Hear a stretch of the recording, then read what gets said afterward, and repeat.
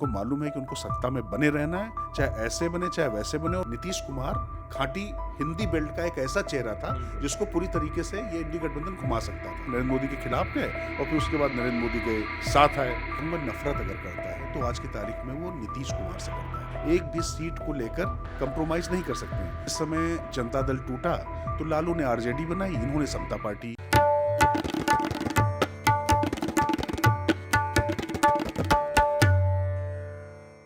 नमस्कार, the red mic में आपका स्वागत है। और हम बात कर रहे हैं नीतीश कुमार फिर से एक बार बीजेपी के साथ।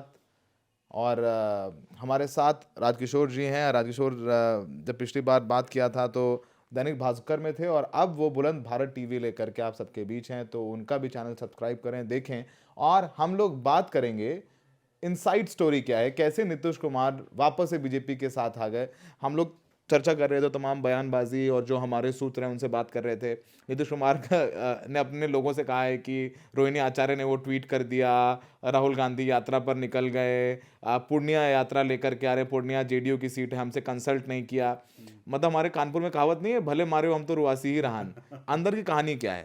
नहीं, देखिए, कुल मिला के असली बात है कि उनको मुख्यमंत्री पद नहीं छोड़ना है सौरभ, क्योंकि ये तय हो चुका था कि आने वाले समय में जब लोकसभा चुनाव आएगा तो आप केंद्र में बड़ी भूमिका लेंगे और जो एनडीए या मोदी सरकार है उसके खिलाफ आप चेहरा बनिए, केंद्र में बड़ी भूमिका लेकर जाइए और यहाँ पर तेजस्वी के लिए रास्ता साफ कर दीजिए।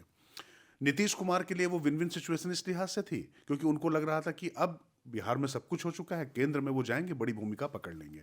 लेकिन केंद्र में उनका खेल, उनकी जो सबसे अजीज दोस्त हैं ममता बनर्जी और अरविंद केजरीवाल ने बिगाड़ दिया। उन्होंने खड़गे जी का नाम आगे कर दिया। अब स्थिति यह है कि इंडी गठबंधन में नीतीश को कोई पूछने को तैयार नहीं, क्योंकि नीतीश ने, देखिए, नीतीश जब बड़े नेता बने थे तो इस लिहाज से बने थे क्योंकि एक उनका संघर्ष का इतिहास था। उनको लग रहा था कि वहां पर एक जंगल राज की जो कहावत कही जाती है उसमें उन्होंने सुशासन बाबू के रूप में अपनी एक लकीर खींची थी। उसके बाद जब नरेंद्र मोदी के खिलाफ वो आए तो उन्होंने अपनी एक अलग लकीर खींची। लेकिन बार बार दल बदल करके उन्होंने अपनी विश्वसनीयता और अपनी साख को कमजोर कर लिया। वो मुख्यमंत्री भले बने रह जाएं, लेकिन निश्चित तौर पर उनकी साख पे बड़ा जरब है सौरभ, ये तो मानना पड़ेगा। तो दरअसल जब उनको लगा केंद्र में भी उनकी कोई भूमिका नहीं है और प्रदेश से भी अगर वो चले जाएंगे तो वो करेंगे क्या, क्योंकि उनके पास कोई लालू जैसा जनाधार नहीं है, बीजेपी जैसा कैडर नहीं है, तो आखिर वो करेंगे क्या जब मुख्यमंत्री नहीं रहेंगे। तो कुल मिला के सत्ता से सत्ता हासिल करने वाले जो लोग हैं उस परंपरा के वो संवाहक हैं और उसमें उनको ये लगा कि ये उनके लिए बेस्ट सिचुएशन है कि नहीं इधर उधर, और अब केंद्र में अगर कुछ उनके सांसद बन जाएंगे, क्योंकि बीजेपी के साथ जब हो जाते हैं तो उनके सांसद भी अच्छे बनते हैं। 17 में 16 सांसद उन्होंने जिता लिए थे।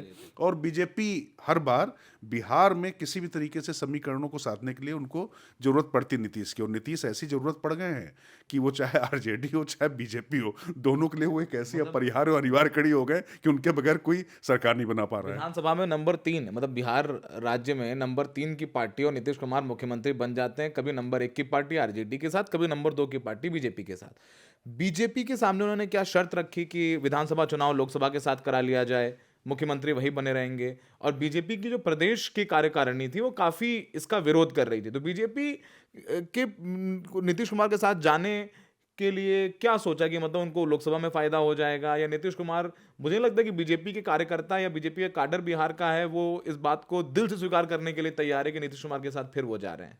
नहीं, देखिए सौरभ, ईमानदारी की बात तो ये है कि लालू प्रसाद यादव के साथ में, आरजेडी के साथ में बीजेपी का वैचारिक विरोध था। उनकी अराजकता, उनका जो कुशासन था उस समय, उसका विरोध था। लेकिन व्यक्तिगत तौर पर अगर भारतीय जनता पार्टी का कार्यकर्ता, मैं एक शब्द कहूँगा, नफरत अगर करता है तो आज की तारीख में वो नीतीश कुमार से करता है। कारण ये है कि बीजेपी का जो शीर्ष नेतृत्व है उसके लिए जिस तरीके की शब्दावली उन्होंने इस्तेमाल की और जिस तरीके के उन्होंने काम किए लगातार, वो करते रहे। लेकिन बीजेपी के लिए सिर्फ बिहार इंपॉर्टेंट नहीं है, बीजेपी के लिए ज़्यादा इंपॉर्टेंट ये कि जो एक गठबंधन पूरा तैयार करने की कोशिश हो रही है वो अगर पूरी तरीके से बिखरता है, क्योंकि देखिए बिहार की राजनीति देश की दशा दिशा में हमेशा बड़ा रोल निभाती रही है, बड़ी भूमिका रही है।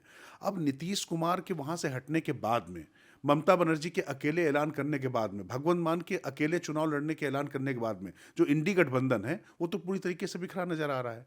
तो एक तो वहाँ पर बीजेपी को ऐसा लगता है कि लोकसभा में उनका दखल ज़्यादा रहेगा, लोकसभा की सीटें वो ज़्यादा जीतेंगे। जो 350 प्लस का जो उन्होंने नारा दिया हुआ, स्लोगन दिया हुआ है, उस दिशा में वो बिहार जैसे राज्य में एक भी सीट को लेकर कंप्रोमाइज़ नहीं कर सकते हैं। जब पिछली बार दोनों लोग लड़े थे 16-16 17-17 सीटों पे, तो 17 में 16 जेडीयू जीती थी, 17 की 17 बीजेपी ने जीती थी। अब ये लोकसभा सीटों को लेकर किस तरीके का फार्मूला होता है, ये देखने वाली बात है। लेकिन एक बात तो माननी पड़ेगी, नीतीश कुमार ने कम सीटें होने के बावजूद बीजेपी को अभी तो ऐसा लग रहा है कि अब उन्होंने अपना अपर हैंड रखा हुआ, ये एक बड़ी बात है। नीतीश कुमार के लिए जो मध्यस्थता करी वो हरिवंश बाबू ने, और जो राज्यपाल हैं आर्लेकर, राजेंद्र आर्लेकर ने की है, और हरिवंश बाबू का सपोर्ट भी नीतीश कुमार ने किया था। नीतीश कुमार के ऐसे राजनेता हैं, वो एक अपना एक रास्ता खोल के रखते हैं, कभी उनको वापस आना पड़े। लेकिन एक बात समझना चाहते हैं आपसे, आपके इतने अनुभव देखा आपने, कि नीतीश कुमार का एक बयान है अभी 30 तारीख का, इसमें वो बोल रहे थे मैं मर जाऊंगा पर उनके साथ नहीं जाऊंगा, मर जाऊंगा बीजेपी के साथ नहीं जाऊंगा। तो जुबान की क्या कीमत अब नहीं रह गई है?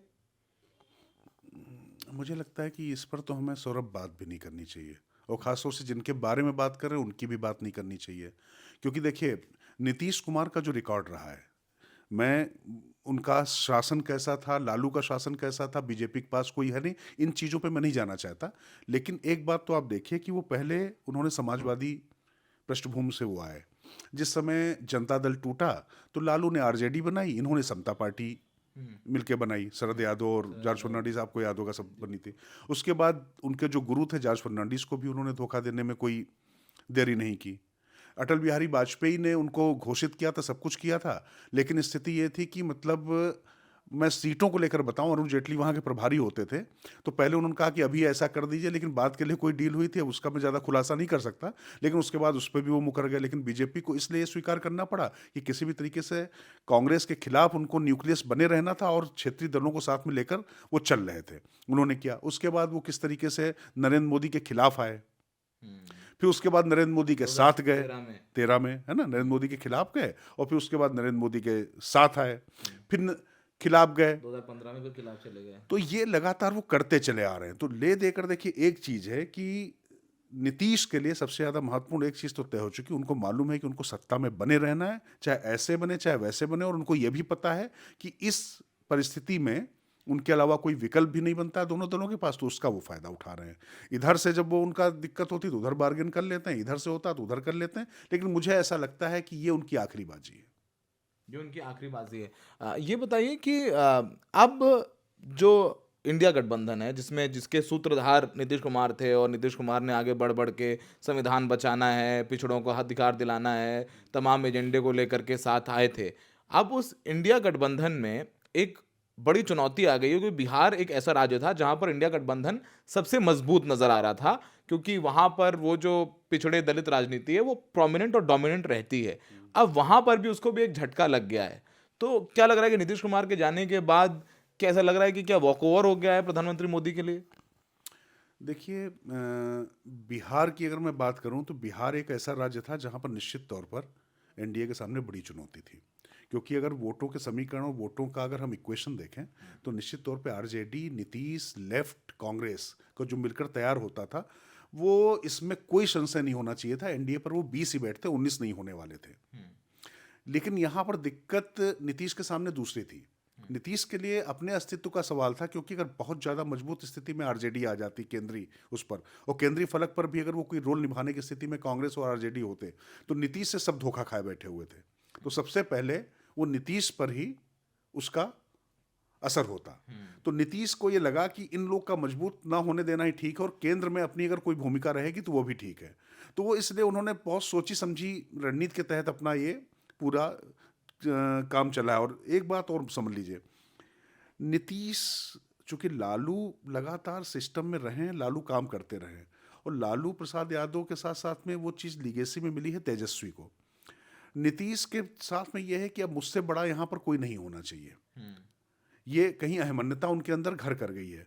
वो कभी अपने आप को केंद्रीय स्तर पर बहुत बड़ा मानने लगते हैं, कभी वो अपने आप को मोदी के सामने अब मोदी के सामने जो आदमी अपने आप को रिप्रेजेंट करने की कोशिश करता रहा हो, तेजस्वी उससे बड़ा चेहरा वहां पर बन जाए, ये कैसे होने देंगे? बनी क्या भाई, विधानसभा में तो सब सिंगल लार्जेस्ट पार्टी आरजेडी ने उभरी, सिंगल लार्जेस्ट पार्टी आरजेडी थी विधानसभा चुनाव में। तो कुल मिला के वो अब देखिए, वो जख्म कहीं ना कहीं, अच्छा नीतीश क्या है कि लगातार इस काम में लगे रहते हैं। पहले उन्होंने चिराग को निपटाने के लिए काम किया, अब वो तेजस्वी को निपटाने के लिए काम कर रहे हैं। तो कहीं ना कहीं सबको निपटाकर हमें राजा बने रहना है, बस इसी तिकड़म में, इसी उधेड़बुन में। वो बात ये नहीं कि वो चाहते हैं, ऐसा वो कर पा रहे हैं, ऐसा हो पा रहा है, ये ज़्यादा महत्वपूर्ण है। लेकिन मैं बताता हूँ, प्रशांत किशोर भी बयान देते नजर आ रहे हैं कि ये नीतीश कुमार जिसके साथ जाएंगे उसका नुकसान करेंगे। बीजेपी का फायदा होगा या नुकसान होगा? मुझे लग रहा है कि ये माहौल था कि बीजेपी को भी एक बार अपना दांव अकेले खेलना चाहिए था लोकसभा में, क्योंकि मुझे लगता नहीं कि नीतीश कुमार के पास अब वो जनाधार है जो एक वक्त था उनके पास। उनको विधानसभा चुनाव में अपनी शायद औकात, थोड़ा नेगेटिव वर्ड है, पर अपनी स्थिति समझ में आ गई। नहीं, मैंने आपसे कहा ना कि सिर्फ बिहार की बात नहीं है सौरभ। कुल मिला के जो पूरा जो गठबंधन तैयार हो रहा था, गठबंधन के तो कील कासे पूरी तरीके से इस घटनाक्रम के बाद बिखर कर रह गए हैं। क्योंकि इसमें सबसे सीरियस प्लेयर अगर कोई था तो नीतीश कुमार थे ना। आम आदमी पार्टी इसमें सीरियस प्लेयर नहीं है। नीतीश कुमार खाटी हिंदी बेल्ट का एक ऐसा चेहरा था जिसको पूरी तरीके से ये इंडी गठबंधन घुमा सकता था। ममता बनर्जी बहुत बड़ा चेहरा है, लेकिन हिंदी बेल्ट का वो चेहरा नहीं है। तो उस लिहाज से पिछड़ा चेहरा जो इंडी गठबंधन का था, वो निश्चित तौर पर जो इंडिया गठबंधन के लिए मुझे लगता है ये बड़ा झटका, वो जो देना था वो बीजेपी ने दे दिया। और मैंने कहा देखिए, बीजेपी क्या करती है कि उसके सामने जो लक्ष्य होता है उसको संधान करने का प्रयास करती है। उसके लिए अभी सबसे महत्वपूर्ण ये है कि लोकसभा चुनाव में कैसे वो बहुमत से ज़्यादा सीटें लेकर आ पाए। उसके लिए वो एक एक सीट को लेकर अपना वो कर रही है। और इसका देखिए सबसे बड़ा उदाहरण क्या है, आपको पता है बिहार में 5 लोगों को भारत रत्न मिले हैं। डॉक्टर राजेंद्र प्रसाद को अगर छोड़ दिए तो चारों जो भारत रत्न मिले हैं वो एनडीए की सरकारों में मिले हैं। पहले अटल बिहारी वाजपेयी ने उस्ताद बिस्मिल्लाह खां और जेपी को दिया। अब आप देख लीजिए यहाँ पर अभी कर्पूरी ठाकुर को दिया, भारत रत्न दे दिया। भारत रत्न दे दिया। तो अब कर्पूरी ठाकुर को भारत रत्न देने के बाद में नीतीश भी पिछड़ा चेहरा हो गए। तो गैर यादव, दुसाध, आप छोटी छोटी चीजों को देखिए। बीजेपी क्या करती है कि वो एक एक चीज जोड़कर चलती, हर चीज कैलकुलेटेड है। तो उसने उस लिहाज से दांव चला, क्योंकि अगर नीतीश कुछ भी आप कहिए, एक ऐसा बड़ा वर्ग है जो नीतीश के साथ में रहता ही रहता है। क्योंकि नीतीश एक समय जब 2005 में आए थे सौरभ, तो ये मान के चलिए कि ये तप्त बिल्कुल मरुस्थल में जैसे ठंडी हवा की बयार थी। ऐसा लग रहा था कि हाँ, पहली बार अराजकता के लंबे अंधेरे के बाद में एक सुशासन की रोशनी आई है। ये इस तरीके का था, वो अलग बात है। तो उसी को अभी तक खा रहे। आप सोच लीजिए कि अभी भी बीजेपी लालू प्रसाद यादव के उस कुशासन को, उस जंगल राज को, मैं एक पत्रकार होने के नाते भी ये शब्द इसलिए इस्तेमाल कर पा रहा हूँ क्योंकि मैंने वो दौर देखा है कि टीसी मिलती थी बिहार के लड़कों को, और टीसी लेते हुए आप देख लीजिए कि रेलवे स्टेशन पर खड़े हो जाते थे कि बाहर पढ़ने जाना है, बाहर नौकरी करने जाना है। तो ये दौर भी बिहार ने देखा है। सड़कें, बिजली और जो लैंड ऑर्डर की बातें हैं, आपको याद होगा कि टाटा का कैसे जो है पूरा बंद करना पड़ा था वहाँ पर। जब मीसा की शादी हुई तो टाटा की सारी गाड़ियाँ उठा के लालू के साले ले गए थे, साधु यादव वगैरह। तो टाटा ने अपने सारे शोरूम बिहार से वापस बंद कर लिए थे। तो इस तरीके की बात चीज़ों के बाद जब आए थे नीतीश, तो उन्होंने बहुत अच्छे काम किए। लड़कियों को साइकिल देना, शिक्षा के क्षेत्र में काम करना, ये सब चीज़ें हुई थी।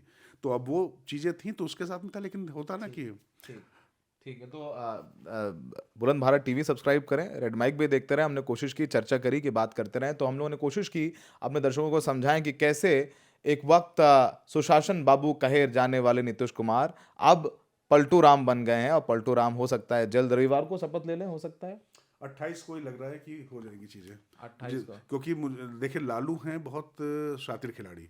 पिछली बार भी पता नहीं चलने दिया था, नीतीश ने सवेरे काम किया, शाम को शपथ ले ली थी जब लालू को छोड़ गए थे। और लालू प्रसाद यादव बिहार की राजनीति में अभी भी सबसे बड़े दिग्गज हैं, इसमें कोई इफ एंड बट किसी को नहीं मानना चाहिए।